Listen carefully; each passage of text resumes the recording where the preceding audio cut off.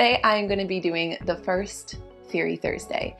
If you've never heard of Theory Thursday, this is a mini series I did a long time ago in my memberships where every Thursday I would unpack a fun theory and we would just use it as like a coffee talk. You sit down in a comfy chair and order up whatever you're drinking. Today I'm drinking a hazelnut pumpkin latte and it is so good.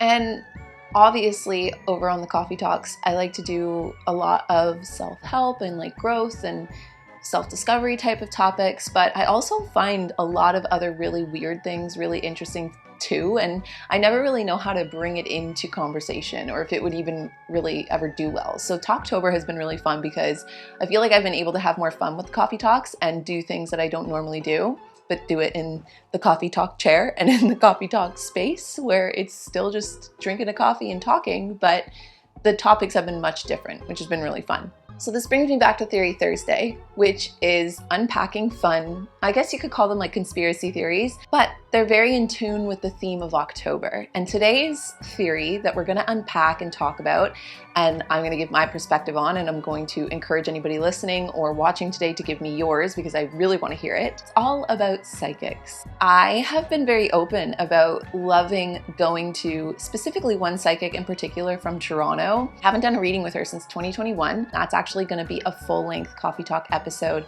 I believe it's scheduled for the week following this on a Wednesday. So hang tight if you are interested in this topic and you want to hear that. I'm going to do a 2 year later, what happened versus what was predicted. Anyway, I've always been open to the idea. I think mostly because I think it's fun. And I think that as long as you don't take it too seriously or you don't like hang your hat on it and think that anything you're told by a psychic or that you might have a premonition of yourself is going to be set in stone, then I don't think there's a whole lot of harm in it. I think if you keep a balanced perspective and you go at it with a fun attitude, then it can be really fun. Just like with all things, I feel like there can be an obvious dark side to this. And so we'll unpack that part too. But let me just pitch you this.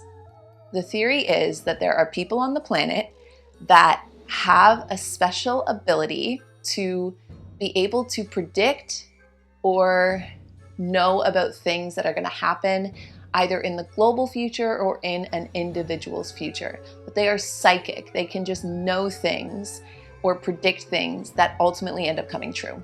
I'm going to split this chat into two little topics. One is where the theory has me and one where the theory loses me. So I'll start with where the theory has me. The reason why I think that this could be even remotely slightly possible, more of a theory of sensitivity rather than of psychic ability. So I think every single human being on the planet has one, if not multiple, but definitely one very strong sense or has one very strong gift, if you will. And for some, it might be decision-making, it might be leadership, it might be innovation. And for others, it can be things like sensitivity, it can be things like emotional intelligence, it can be things like predicting patterns. And like, it can get so niche. So there's so many different answers to what that gift could be. But I think that when it comes to people that either claim to be psychic or that I've interacted with that are psychic, or even my own experiences with trying to just like sense things or predict things, I think it really boils down to two things. I just held up four, but two things. One being an extreme sensitivity, like a gut reaction or a gut feeling, or even just being able to sense someone's energy, someone's aura, which is a whole other theory to unpack really, is this idea of like, do we have auras or energetic fields? But yeah, I really do believe we do, that we have these energetic fields and that it's something we can't see, much like we can't see our thoughts, and that some people are very, very, very finely attuned to being able to pick up on someone's energy field. So I think that really weighs itself into things like psychic abilities. And then the second thing is the ability to predict patterns. And so that I feel like comes from whether it's just passed down wisdom from different ancestors, which again, I feel like we are opening so many doors of different theories we could go into. But if you believe in the idea that not just your genes are passed down through your ancestry, but that also you get passed down things like trauma, you get passed down things like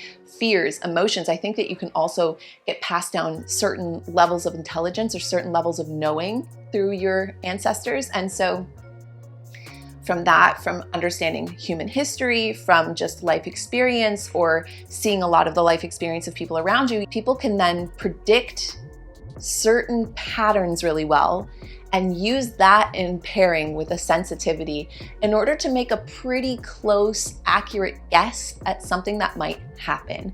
Now, I hope this goes without saying that with all the Talktobers or anything I really ever film or talk about, I hope I'm never offending anybody. It's never my intention to offend anybody. So if you're watching this and you're like, I'm a psychic, please tell me your perspective. Please tell me your experience. Leave it in the comment section on YouTube, because I would love to hear from someone that actually fully feels and claims to be a psychic. However, that's my interpretation of what a psychic could be. And so even in my interactions with someone like Jane, who is somebody that I've done multiple readings with, she's from Toronto, she works at the Rock Store in Toronto.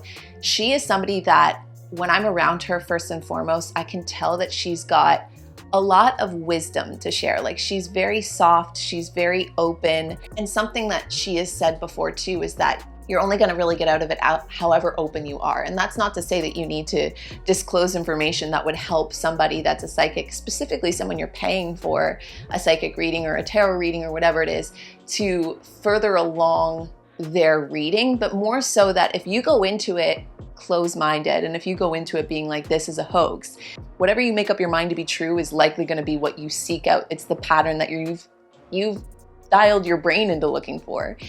But if you go into it with an openness, and again, that lightness, that fun, that like, this isn't something I'm going to base my entire life off of. I'm just curious what this person's going to say and what they're going to use their intuition to pull from this experience, this interaction, then that's where I feel like it's really cool. And specifically with my readings with Jane, and I've gone to multiple psychics, some of which I felt like were so off the course, like so random. And then like my sister or my aunt went to the same reading or same psychic a couple minutes later, or I went once with my friend Maggie too, and we both were like, weird, we got a lot of the same information. So I'm getting close to where it loses me here, but specifically my interactions with Jane, I just think that she's a very wise soul. She just has so much sage wisdom, and I think she pulls from the cards, reads the patterns of the cards, reads the energy of the person in front of her, and connects a story, and then kind of just hands it to you and take what you want, leave what you don't. In my own experience with predicting things, I wouldn't say that I've necessarily sat down and been like trying to figure out what's going to happen in the future, but I will note that in journal sessions or even in card readings or even just generally going through the day-to-day, I just get these gut feelings sometimes that like this is going on or something's going to happen. It doesn't feel as much predictable in terms of events, but I feel like it's more so predictable in the sense of reading people. Like I don't assume to know anybody better than themselves, but more so that I feel like I can pick up on energy really well, or I can pick up on like specifically if someone feels upset or something, like it's like I can just sense it. Or if I've ever been in certain situations that were really peaked, whether it was like relationships or any kind of like altercations with people, it's like I've just been able to like feel how I think the outcome's going to play out, whether it's just a trust with myself to just let karma play its part, or like a trust in myself to just know that it's going to be okay, so I can hold on to that faith in a way. And then things usually do play out that way. So that sounds very vague, and I think it's kind of meant to be. I think I know I'm just sensitive, and sometimes that sensitivity can be a curse, but also at times it can be a blessing and a strength and a cool tool to use and to utilize at times. So let's chat about where the whole psychic thing loses me. For one, I think a lot of the like stereotypical, what you imagine when you think of a psychic, you know, I'm playing into it even here today. Like I dressed like a 70s psychic today because the vibes were just vibing. But you know, the like 25-cent crystal ball reader, or like the tarot card reader for $1 a reading, and you get a lot of the same generic information from the same psychic. Like that, I think, is more so, for lack of a better word, and again, I hope that this isn't offensive in any way, but like a cash grab. I think that's sometimes where using a psychic or like paying in for a psychic can lose me, is when it seems like it's more for the money and less about the actual gift and sharing and interaction and experience that you're giving somebody, right? If I go and I pay for life coaching, I want to be coached. I want someone to use their strength to coach me. If I go and I pay for financial advising, I want that person to care less. Obviously, they have to pay their bills, but care less about what money they're pulling from me and care more about the service they're giving me. And I think that that goes for this too. Like, yes, a lot of the times you have to pay for a psychic reading, but you would hope that the psychic themselves or the person you're getting that reading from is going to put a lot more emphasis and care into the actual experience they're giving you, into the actual interaction they're giving you, and not just do like a copy paste thing just to make a buck. The other place where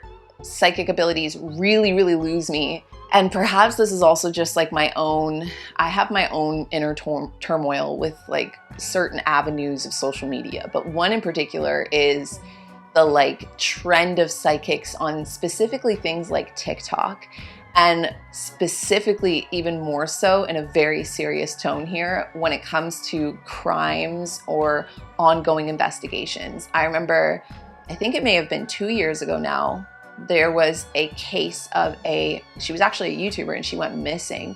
And there were all of these videos popping up of these people that claimed to be psychic, that claimed to be like connecting to her soul and being told answers in this criminal investigation. And that is where it's the insensitivity. That's what it is. And definitely in terms of things like crime investigations or death investigations, not that it would be a bad thing, because I do know back from like 60s, 70s, 80s that police forces used to go to certain psychics just to get some source of information. That person wasn't, going out to the public being like, all eyes on me while I tell you what I know.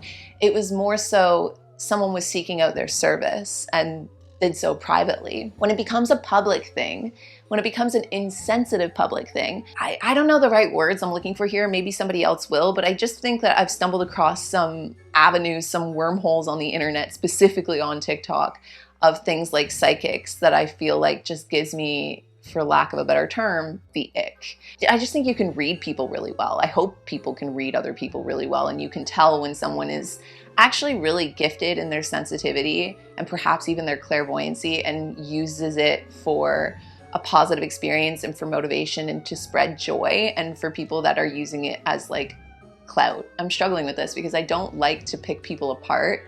And there's no one in particular I'm thinking of. It really was just like a wormhole that I've fallen down, specifically back during that case, but also even now. I deleted TikTok again, but when I downloaded it back in July and I was trying to post again, my algorithm was like Taylor Swift and spirituality. And it was a lot of that stuff that I was just like, God, I really hope that when I talk about spirituality, this is not how I come across. So yeah. The last point I'll make about losing me is just anything that seems to be 1000% set in stone, and it doesn't seem to be coming from a place of wisdom. It seems to be coming more from a place of like storytelling. They're never gonna say, this is gonna happen to you. They'll say, you know what, I kind of get this feeling that you might find somebody like this, or I kind of get this feeling that this could happen. And it's never like, oh, I'm gonna be 100% right. It's more so like, that's just something that came to me, and there's no stakes in it for the person saying it. Like there's no ego in it. There's no need to be right. And I think that is where it's cool, because there's not a whole lot of, it's not being said for any reason. It's just like, oh, weird, I just had this feeling. I could be right, I could be wrong, but let me tell you about it. There has to be something said too, that we are all human, we are all flawed. So even the most gifted, possibly psychic person on the planet likely will struggle with a little bit of projecting, likely will struggle with a little bit of like inputting their own life experience or inputting their own brain's ability to pick up on patterns. And that doesn't mean that it's always going to be right. So as you can tell, I sit somewhere in the middle, like in most opinions and topics on the planet, but I would love to know where you sit on this. Keep your eye out for that coffee talk where I'm going to actually share Jane's reading and then share what happened in the last 2 years. Contrast, compare, did it happen, did it not? And without further ado, I will chat with you guys all tomorrow for the last Talktober of this week, and then we'll pick it back up on Monday. So they're from Monday to Friday. Make sure you hit the notification bell, or be sure to check back here throughout the week for a new Talktober talk every day. Or if you're more of just a Theory Thursday type of person, then I will be here every single Thursday through the month of October to talk about weird, fun conspiracy theories that fit with the October month. Cheers.